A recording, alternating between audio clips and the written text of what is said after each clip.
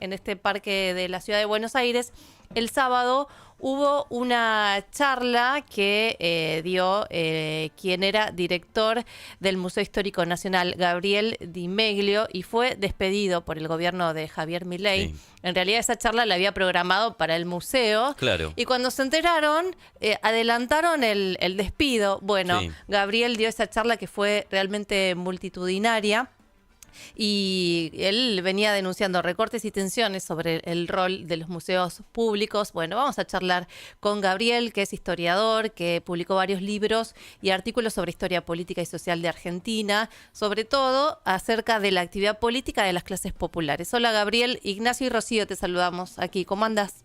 ¿Qué tal? Buen día, ¿cómo están? Muy Bien, bien. bueno, gracias por atendernos. Contanos un poquito, bueno, cómo estuvo esa despedida, ¿no? Que se dio en el Parque Lezama. Bueno, fue lindo, ¿no? Porque fue un montón de gente y me sorprendió eso, la cantidad de gente y bueno, nada, pude hacer un poco lo que iba a hacer adentro del museo. Claro. Sí. Hubo un montón de gente dentro del museo también, me contaron, así que después entraba o antes y bueno, estuvo bueno para poder hacer un final, eso, con tanto apoyo, ayuda, ¿no? ¿Y por qué te despidieron, Gabriel? Mira, nunca me dieron una explicación oficial, ¿no? Me dijeron una decisión política, después off the record me dijeron que había hablado en los medios de esto que decías recién, de la cuestión presupuestaria, de la ausencia absoluta de presupuesto. También hubo toda una discusión respecto del sable de San Martín y dónde tiene que estar, que bueno, le pertenece legítimamente al museo y yo salía a decir en los medios por qué eso es así, digamos que porque hubo un pedido del Ministerio de Defensa para llevárselo. No sé si eso tuvo que ver o no, pero fue parte de la especulación posterior. Uh-huh. Y bueno, después también algunas explicaciones más sencillas en el Estado, que es que quien dejó de ser ahora directora nacional de monumentos y ahora es mi reemplazante, bueno, que si la querían poner a ella o pidió puesto, ¿no? Uno nunca sabe esas cosas, Claro. ¿no? Claro.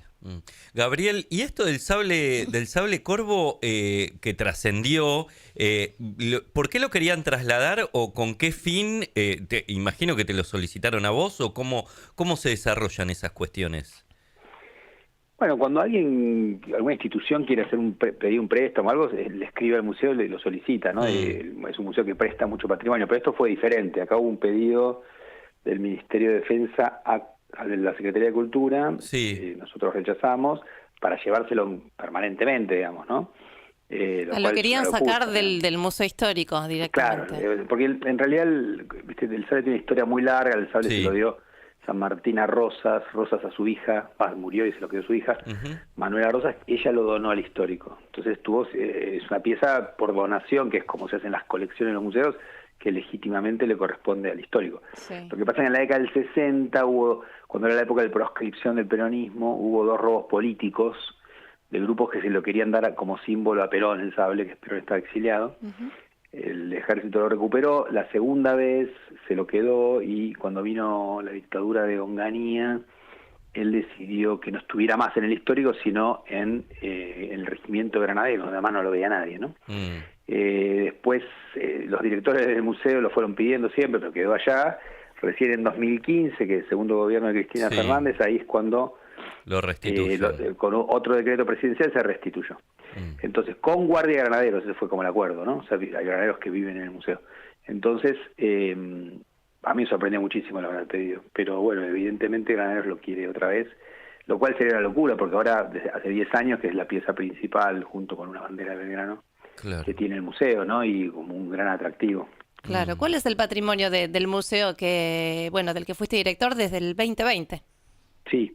Mira, tiene la mejor colección de historia argentina que hay en el país, ¿no? O sea, tiene un montón de piezas muy simbólicas, como esas 2 que mencioné, o el tintero donde se firmó la independencia, el petitorio por el cual se formó la primera junta, el piano de Mariquita Sánchez, donde se tocó el himno, ese tipo de cuestiones. Hay un montón, tenés las pertenencias de San Martín, de Güemes, de Belgrano, de Remedio Escalada, de Rosas, de Urquiza, de Mitre, de Roca, o sea, Sarmiento, personaje famoso, digamos, de la historia argentina que pienses, sus cosas, la mayor parte de sus cosas están ahí, ¿no?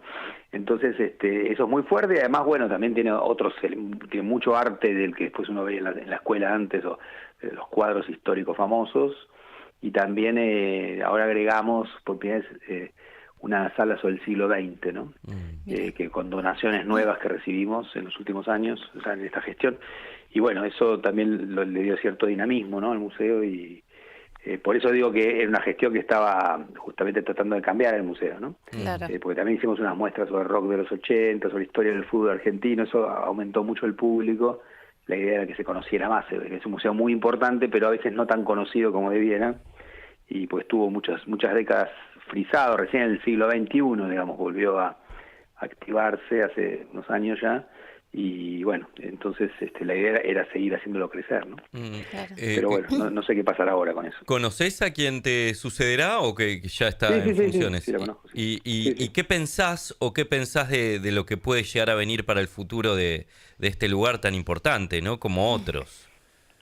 Mira, sin presupuesto es difícil, ¿no?, por empezar, así que lo más probable es que no pase mucho. Bien.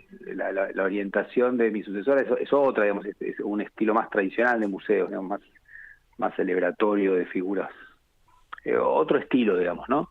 Pero no, la verdad que no sé, ojalá que se pueda seguir adelante, eso, con hacer exhibiciones, y que nosotros las seguimos haciendo igual, gracias al apoyo de la Asociación de Amigos. Y bueno, y yo no terminé el proyecto de completar el guión, de hacer un guión enteramente nuevo desde el periodo prehispánico hasta el siglo XX, y bueno, eso quedó, eran 6 etapas, hicimos 4, y estábamos haciendo la quinta ahora, pero no, la verdad, sinceramente no sé qué va a pasar. ¿Y cuál es tu enfoque, Gabriel, sobre el museo, sobre la visión de la historia, sobre el rol también de los sectores populares en la conformación de nuestra historia? Bueno, el museo es un museo que está muy centrado en grandes figuras históricas, grandes hombres, algunas grandes mujeres, ¿no? O sea, es muy tradicional en ese sentido, fue siempre. Nosotros lo que tratamos de hacer es, obviamente, no sacar eso, que es clave para la Argentina, pero bueno, no alcanza a explicar a grandes figuras para explicar la historia, ¿no? Entonces lo que intentamos hacer ahí fue justamente incluir, algunas cosas ya se habían hecho antes también, pero incluir a otros, o sea, destacar mucho la importancia de otros sectores para entrar en la historia argentina, ¿no? El mundo popular, o sea, tener perspectiva de género, que hoy en día es palabra maldita para este gobierno, tener también mucha consideración de la cuestión de la frontera y de los pueblos indígenas en la historia nacional, ¿no? También tratar de hacer una mirada sobre todo policéntrica, ¿no? Que no sea contar la historia. Este es un museo nacional con una colección de todo el país, justamente no contar la historia desde Buenos Aires, de la región pampeana. Todo eso obviamente es difícil con la colección que existe, pero eso fue un poco lo que guió toda esta reconstrucción del guión, y en ese sentido creo que se consiguió bastante, ¿no? Este primer despido, porque te despidieron 2 veces en realidad, ¿no? El primero fue, vos lo relataste porque decían que vos habías hablado en los medios, habías denunciado una situación. ¿Cuál es la situación ahora de los museos? ¿En qué situación estamos en cuestiones económicas, de apoyos? ¿Qué se puede decir de esta situación que vos relataste antes? Desde que asumieron el gobierno, los museos no reciben ni un peso, literal. O sea, obviamente sí siguen pagando los sueldos y pagando, no sé, la luz, ¿no?, los servicios, pero no hay, digamos, un museo necesita algún mínimo presupuesto para poder hacer exhibiciones, porque implica comprar materiales, por ejemplo, y arreglar los edificios, ¿no?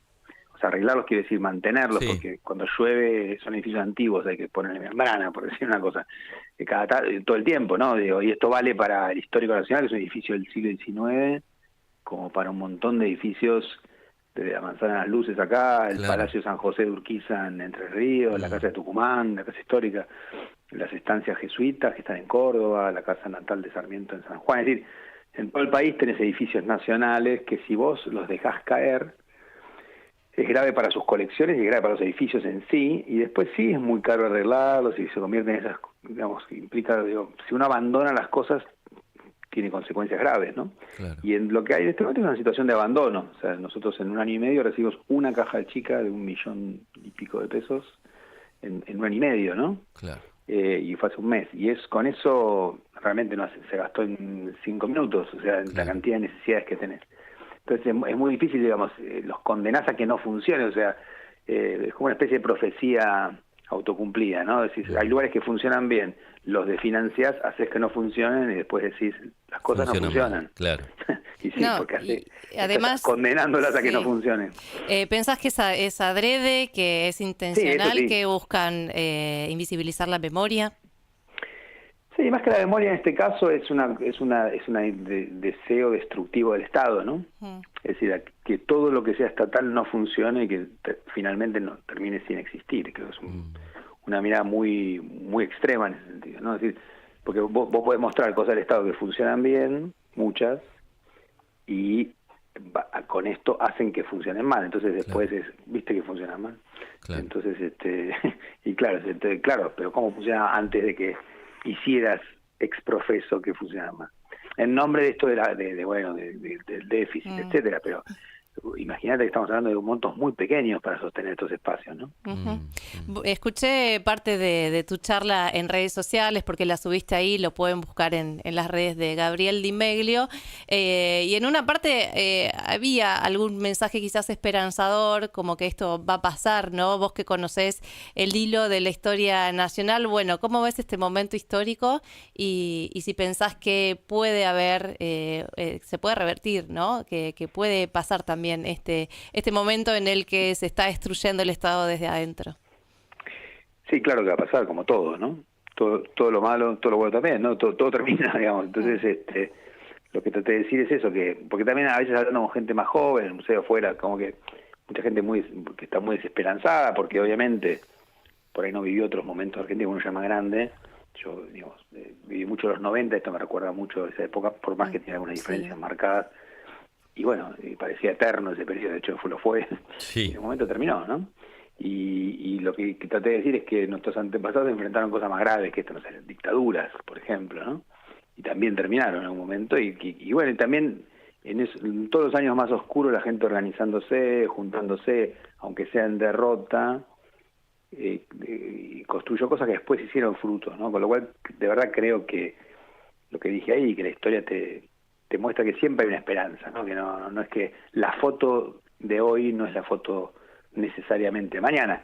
¿Cuánto duran esos procesos? Bueno, eso es ¿cómo decirlo? Es imposible de saber. Nosotros miramos el pasado. En el futuro sí es cierto que a veces hay una ansiedad porque las cosas terminan muy rápido y los procesos requieren tiempo, ¿no? Claro. Entonces esto no es que va a terminar ahora, pero tampoco va a ser eterno lo más mínimo, ¿no? Claro. Gabriel, muchísimas gracias por esta charla, te mandamos un abrazo, nos solidarizamos con vos en esta situación y bueno, te seguimos y será hasta la próxima. Bueno, muchas gracias a ustedes. Hasta la próxima. Gabriel Di Meglio.